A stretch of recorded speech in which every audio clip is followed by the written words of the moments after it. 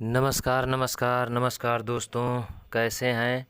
उम्मीद करते हैं कि खुश होंगे, मस्त होंगे और ज़बरदस्त होंगे और साथ ही साथ गांधी युग 2 पढ़ भी लिए होंगे और रिवाइज़ कर चुके होंगे। अगर नहीं किए हैं तो जाकर उसे पढ़ लीजिए, तो उसके बाद ये आगे की कहानी समझ में आएगी। और इसमें बताया गया है कि जो अंग्रेज़ सब वादा किया था कि प्रथम विश्व युद्ध समाप्त होने के बाद यानी जब हम लोग जीत जाएंगे तो भारतीयों के लिए कुछ राहत दी जाएगी, यानी सदन में भारतीयों की संख्या को बढ़ाई जाएगी।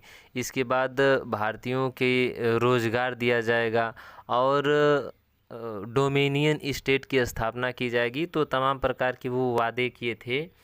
तो उसके लिए उन्होंने क्या किया, तो उन्होंने भारत में सुधार करने के लिए गवर्नमेंट ऑफ इंडिया एक्ट 1919 लाया। यानी प्रथम विश्व युद्ध चला था 1914 से 18 तक। इसके बाद अंग्रेज़ जो हमसे वादा किए थे, यानी भारत से वादा किए थे कि हम भारत में सुधार करेंगे, तो उसी सुधार के आधार पर इन्होंने 1919 में गवर्नमेंट ऑफ इंडिया एक्ट 1919 लाया, जिसे भारत सरकार अधिनियम 1919 भी कहा जाता है। तो देखिए, जब ये लाया गया भारत में तो उस समय भारत का जो वायसराय था वो चेम्सफोर्ड था। और जो ब्रिटिश अधिकारी था, यानी जो ब्रिटेन से ये नियम बनाकर भेजा था कि जाइए आप भारत में ये काम करवा दीजिए, उसका नाम था मॉन्टेग्यू। तो ये दोनों मिलकर के भारत में सुधार किए थे, तो इसलिए इसे मॉन्टेग्यू चेम्सफोर्ड सुधार भी कहा जाता है।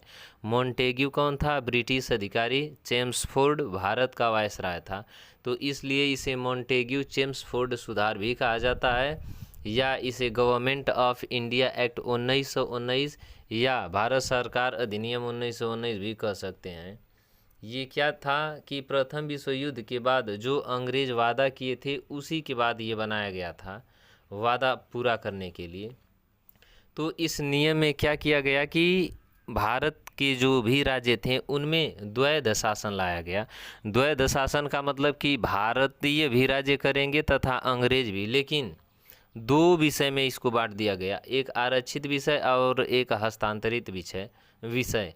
जो आरक्षित विषय था उसमें जो मुख्य पद था, जैसे बहुत जिसका मायने था, जैसे कानून व्यवस्था हो गया, पुलिस हो गया, न्याय हो गया, यानी जो मजबूती वाला कार्य था और उच्च पद था वो अंग्रेज सब अपने ले लिए। इसके बाद जो छोटे कार्य थे, जैसे शिक्षा, हेल्थ हो गया, इसके बाद कृषि हो गया, खेती, स्थानीय स्वशासन जैसे कि गांव में प्रधानी होती है, तो ये सब छोटे छोटे कार्य भारतीयों को दे दिए गए। हालांकि छोटी शुरुआत यहीं से हुई, लेकिन भारतीयों का प्रवेश हो गया अंग्रेज़ों के साथ राजनीति करने के लिए। तो पहली बार भारत में द्वैध शासन कब आया था? तो मॉन्टेग्यू चेम्सफोर्ड सुधार के समय, या ये कह सकते हैं कि गवर्नमेंट ऑफ इंडिया एक्ट 1919 में पहली बार भारत में द्वैध शासन प्रणाली लाई गई थी। और ये द्वैध शासन प्रणाली क्या है?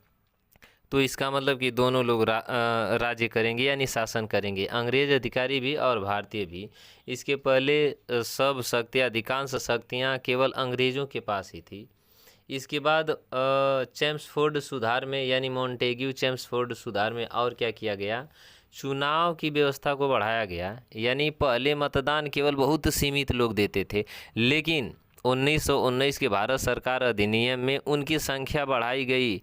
बहुत अधिक नहीं, केवल पढ़े लिखे लोग और जो अमीर थे वही दे सकते थे, लेकिन थोड़ा सुधार किया गया। इसके बाद 1919 में ही पहली बार हमारे भारत में 2 सदन बना, upper house, lower house. Upper house को राज्य हाउस कहते हैं, लोअर हाउस को निम्न सदन कहते हैं। अपर हाउस को राज्य बोल रहे हैं, उच्च सदन, और लोअर हाउस को निम्न सदन। यानी इसका अपर हाउस का दूसरा नाम काउंसिल ऑफ स्टेट यानी राज्य परिषद, लेजिस्लेटिव असेंबली, या लोअर हाउस। लेजिस्लेटिव असेंबली मतलब विधानसभा या विधायी परिषद बोल सकते हैं इसे। तो ये 2 सदन पहली बार भारत में कब बनाया गया था? तो भारत सरकार अधिनियम 1919 में। और इससे पहले क्या था कि भारत यानी केंद्र में केवल एक ही सदन था, यानी जो भी नियम कानून बनना होता था वो एक यानी भारत में बनता था और पूरे देश में लागू होता था। लेकिन इसके बाद एक ही जगह बनने के बाद लागू हो जाता था, लेकिन जब भारत सरकार अधिनियम 1919 आ गया तो उसके बाद से जो नियम था वो 2 चरणों में बना। पहले अपर हाउस से पास होगा, इसके बाद लोअर हाउस से पास होगा। यानी अपर हाउस का मतलब राज्यसभा, लोअर हाउस का मतलब लोकसभा मान सकते हैं। और जो अपर हाउस या काउंसिल ऑफ स्टेट होता है, इसमें केवल पढ़े लिखे लोग रहते हैं। तो ये पूछा जाता है कि पढ़े लिखे लोगों का सदन कौन है, तो अपर हाउस बोलेंगे। इसके बाद अगर पूछ दिया जाएगा कि बिना वोट के किस में लोग जाते हैं चुन करके, तो अपर हाउस बोल देंगे। इसके बाद लेजिस्लेटिव असेंबली जो है, इसमें चुनाव होता है, यानी जिसको हम लोग मतदान दे करके मंत्री विधायक या जो कुछ भी बनाते हैं, तो वो हमारा जाता है लोअर हाउस में। लोअर का मतलब लोकसभा, यानी ये लोगों की आवाज़ को उठाता है। तो पहली बार 2 सदन बना था 1919 में। तो ये रहा हमारा गवर्नमेंट ऑफ इंडिया एक्ट 1919, यानी इसे लाने वाले मॉन्टेग्यू चेम्सफोर्ड थे, इसलिए इसे मॉन्टेग्यू चेम्सफोर्ड सुधार भी कहा गया।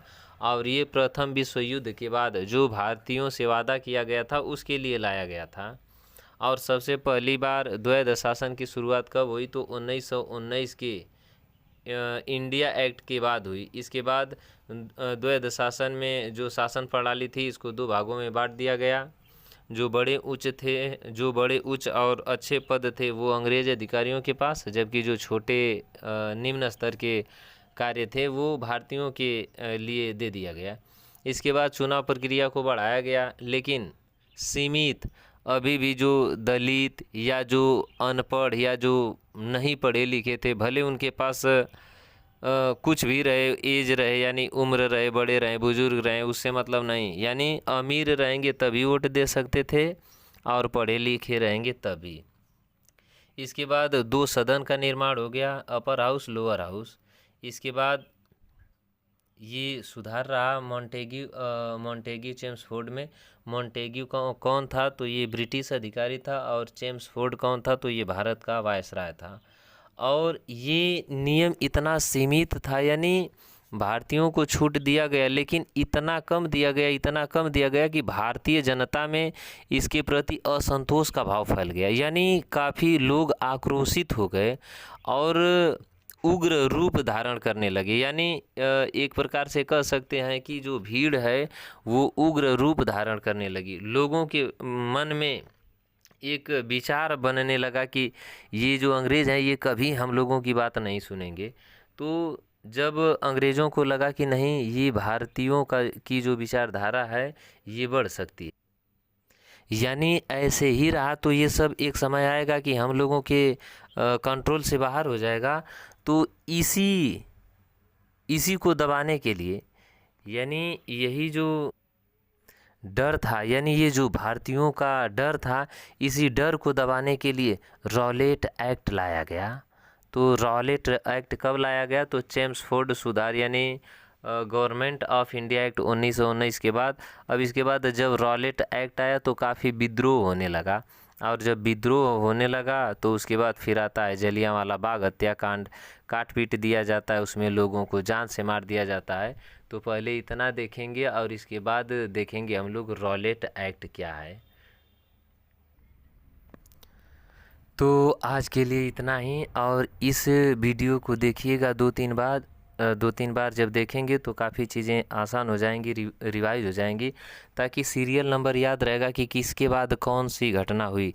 तो एक बार हम फिर से रिवाइज करवा देते हैं। 1915 में 1914 तक गांधी जी वहाँ पर जब प्रथम विश्व युद्ध शुरू हो गया था तो अभी दूसरे विदेश में थे, अर्थात गांधी जी अफ्रीका से इंग्लैंड गए। इंग्लैंड से आए 1915 में, 9 जनवरी 1915 का दिन था। इसके बाद वहाँ से आने के बाद गुजरात में कोचरब आश्रम की स्थापना किए। फिर 1916 में साबरमती नदी के किनारे साबरमती आश्रम की स्थापना किए। फिर इनके राजनीतिक गुरु गोपाल कृष्ण गोखले कहे थे कि आप जाइए और भारत की गतिविधियों पर नज़र रखिए। तो ये घूम घूम कर भारत के बारे में देख रहे थे, जानकारी प्राप्त कर रहे थे।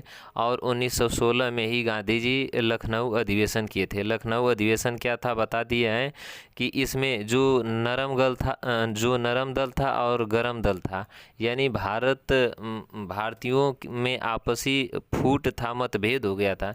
यानी मुस्लिम लीग और national Congress, Indian national Congress, ये दोनों अलग हो गए थे। तो कब एक हुए? तो 1916 के लखनऊ अधिवेशन में। एनी बेसेंट और बाल गंगाधर तिलक कांग्रेस का नेतृत्व करने वाले थे, जबकि मुस्लिम लीग का नेतृत्व करने वाले मोहम्मद अली जिन्ना थे। तो इस प्रकार से 1916 के लखनऊ अधिवेशन में भारत की जो बड़ी पार्टियां थीं, मुस्लिम लीग और इंडियन नेशनल कांग्रेस, ये दोनों अलग एक हो जाती हैं। इसके बाद 1917 में जाते हैं गांधी जी, चंपारण सत्याग्रह करते हैं और वहाँ पर जीत होती है। भारत में गांधी जी का ये पहला सत्याग्रह था।